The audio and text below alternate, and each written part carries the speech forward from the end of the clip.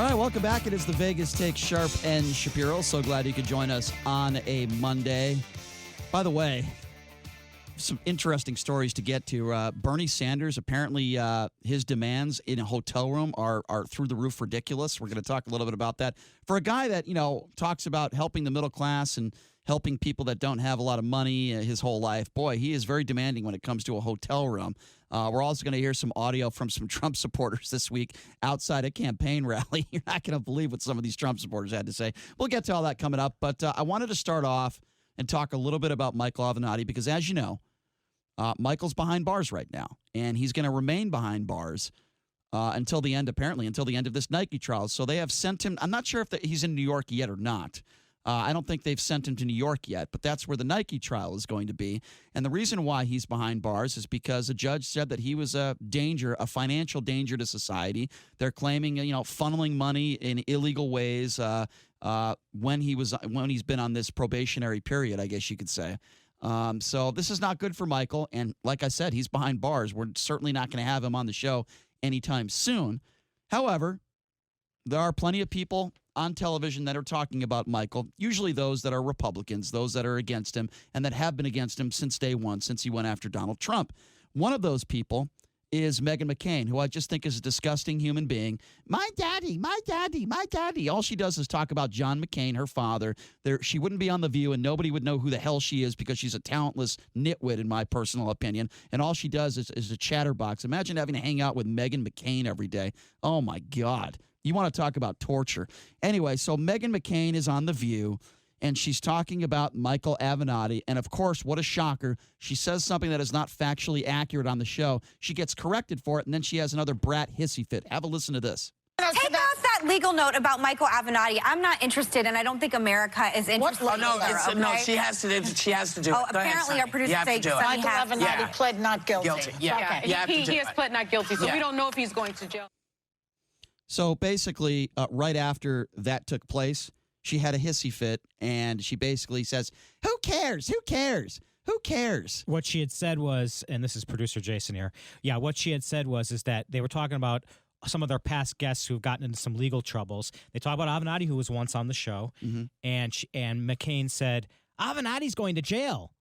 Well, says who? So a producer off camera corrected her, and that's when she had that fit and said, I don't care. No one cares. That's the context. Then don't mention it, you dumb dits. Don't mention it. Don't say it then if it's not factually accurate. You're on a nationally televised show. Why don't you get your facts right? The only reason why you're sitting there is because of your daddy. You have zero talent. You have zero ability, and you're just a dumb little chatterbox. People are sick of you, okay? Whoopi Goldberg, everyone on that set is sick of you, and I'd say the over-under on how much longer you last on that show is 3 months. Then where are you going to go? Why don't you work for Fox News? I'm sure they would love to have a nitwit like you who has no brain, like Laura Ingraham, who wears a cross around her neck and hides behind her religion, and I call her the evil racist witch. I'm not about to go that far with Meghan McCain, but I do think she's a disgusting witch. I would say that. Well, they need the token conservative on that show. Remember, there was Melissa Hasselbeck. I thought Hasselbeck was better than McCain because I think Hasselbeck was more intelligent. I'll say that. I don't think Meghan McCain is intelligent. I think she's an idiot. And her father is a war hero. Her father is, someone that we should all look up to. And the only reason why, and I mean the only reason why she is sitting in that chair is because of her daddy that she mentions 30 times a day. Well, some people get their jobs because of nepotism, but they're actually kind of good. Exactly. I think of Jenna Bush Hager. Now, I hate the Today Show. I really do. It's annoying. But she has some ability. But she got the job, obviously, because her father was president, grandfather was president. But she has ability. But she's pretty good. She's a smart and I'm not even good interviewer. But I'm not even saying you have to be great at your job. Just be average. Right. She is a moron, and she would never be in the broadcasting field if not for her father. Never. She's horrible at what she does. Horrible. And although I didn't like Hasselbeck, I can tell you right now she's far more intelligent than McCain. That's just my personal and thinner.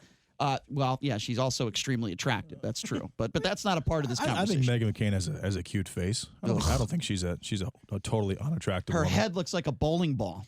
What are you talking about? She dresses well every day. She's got a nice smile. Well, anybody could dress well if they have money. Obviously, she has money. Obviously, a nice I think smile. That she's probably an example of when nepotism goes wrong. Rosie O'Donnell has a nice smile too.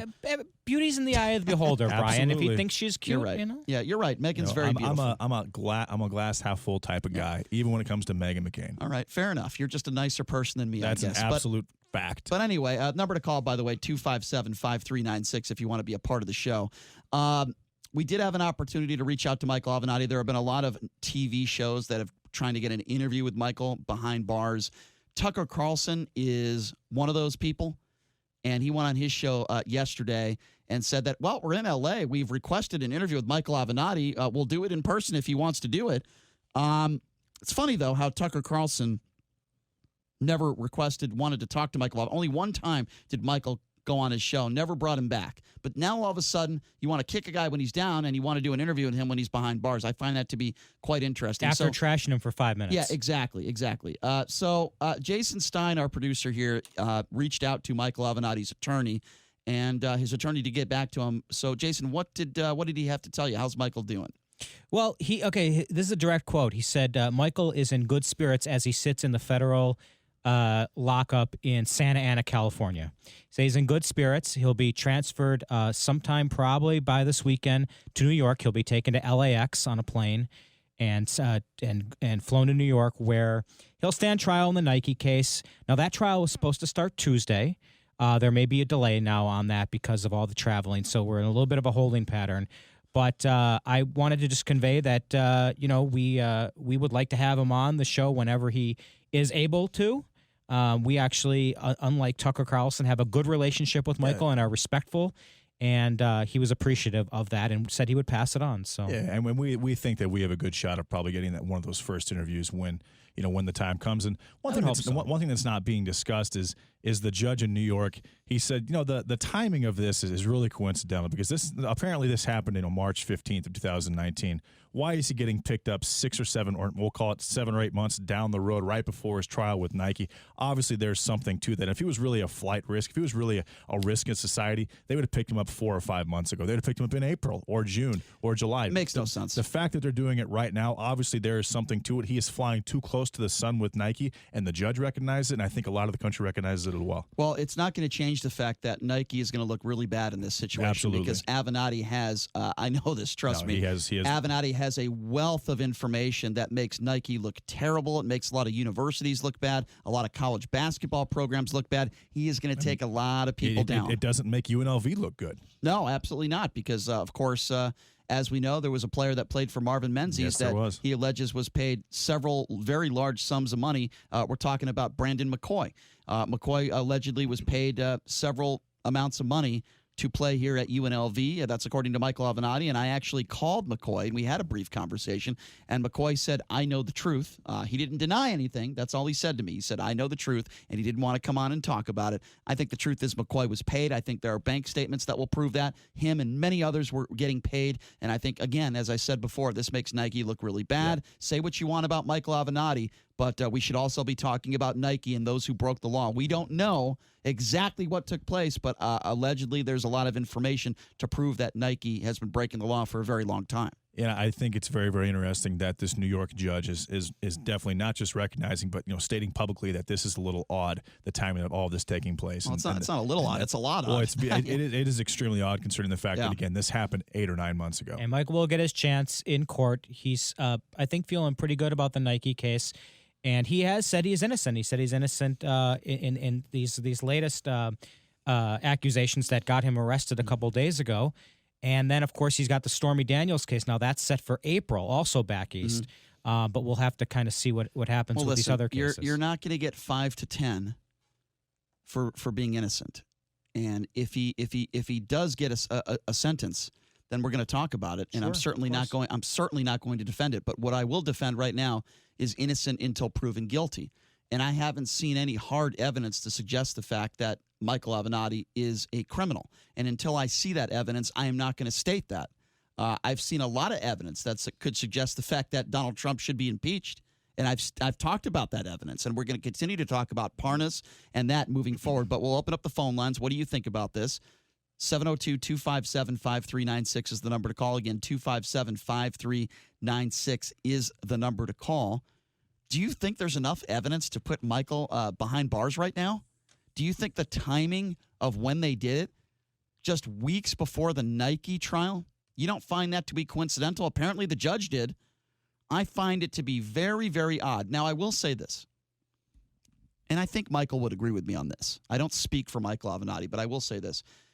If you're going to go after some of the most powerful people on the planet, Donald Trump being one of them, you better make sure you don't have any skeletons in your closet. Now, I don't know if Michael does or doesn't. I don't know. But I'm saying it as a blanket statement.